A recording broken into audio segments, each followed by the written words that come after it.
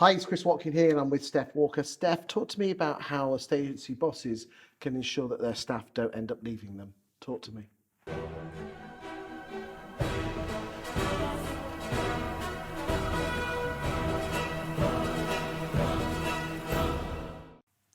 For me, we have touched on it on another video, earn, learn, the two foundations of what you should look for in any role. We've touched on structure a lot. I think the structure in conventional agency is very restrictive. You are on this set path, which I do believe in. It's one I took myself: sales negotiator, branch manager, listing BM, whatever else it might be. I then became an area manager. I went online. So there's a brilliant path that you can follow. But I think back to being at Countrywide. Started at Countrywide when I was 21. I got put in a shitty branch. It was in the red. We turned it round. I moved on to the next bigger branch because there was a reshuffle of branch managers. So that kept me excited, right? Because I cut my teeth in a really difficult market in Formby, where it's a very cute village that loves shop local. We were this brash, black, green and red branch that had a 4-foot Superman as one of our, seasonal campaigns. Just wasn't in fitting with the village, but we did well. I then got to go to the town that I was schooled in. My grandparents lived in that town, etc. It felt like home, brilliant, bigger branch, etc. So it kept me interested. I would have had to kill off my area manager, though, to get the next step. Because what was I going to go and do? I already had one of the bigger branches. I'd have had to leave my hometown. You could have put the word senior in front of your title. I could have. Yeah. Yes, that's it. Extra £2,000 and senior branch manager. And gone from my Astra to, what's the next step up on a... Mondeo or something. Oh, that would have been sexy. Yeah. That was it. And actually, my area manager is still there as the area manager today. So that is, it was 2009. That's a long time, where I wouldn't have been able to do anything else. And I think actually for some people that's good, right? So, and again, I don't mean this disrespectfully, but there are motivated people and there are unmotivated people. Both sets of people can do a very good job. But the motivated people often then start to get bored. I tried to leave Countrywide twice. I did the old, I'm handing my notice. I actually left twice for the same opportunity. They waited for me for a whole year. But my area manager offered me, I don't know, an extra couple of grand. And I think I did get a new car, actually. But the problems were still the same, right? Same shit, different day. I just felt good for the first 2 months because I saw an extra 50 quid in my paycheck or something. So I still wanted to leave. Now, was that Countrywide's fault?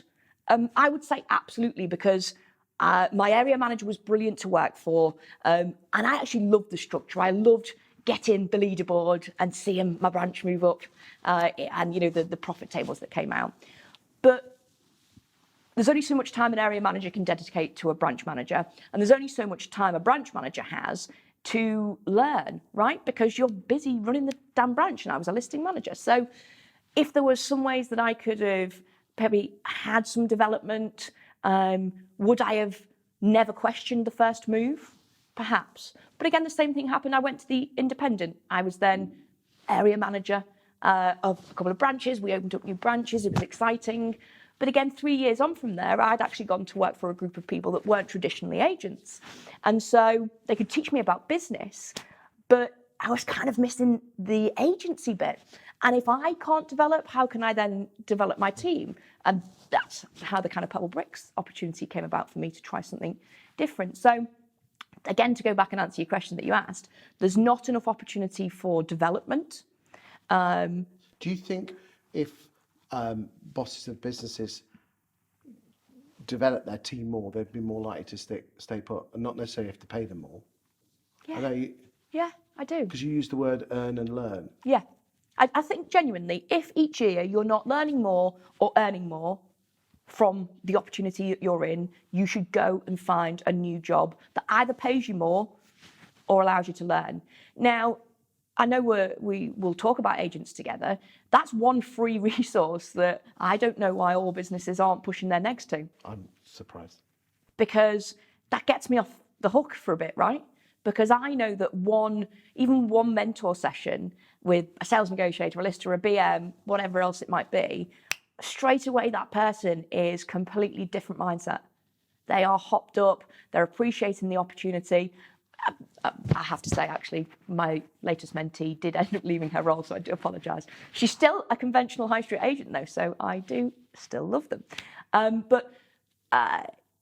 You know, there are some very easy ways that you can inspire your folk, and if you've got a motivated individual, they need continuously motivating.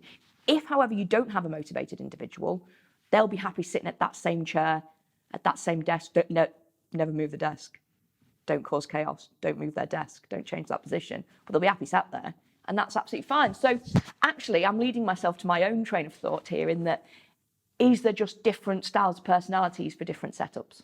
Because I truly believe that, you know, whether it's the requirement for flexibility for women or men who've decided to be the caregiver or is the caregiver to the children, is it the fact that being your own business person is going to excite you? Self-employed for me ticks a lot of boxes. So perhaps that makes space for the other set of people to have time in those branches. But I do think as a business owner, you owe it to your people to invest in them. Thank you for your time today.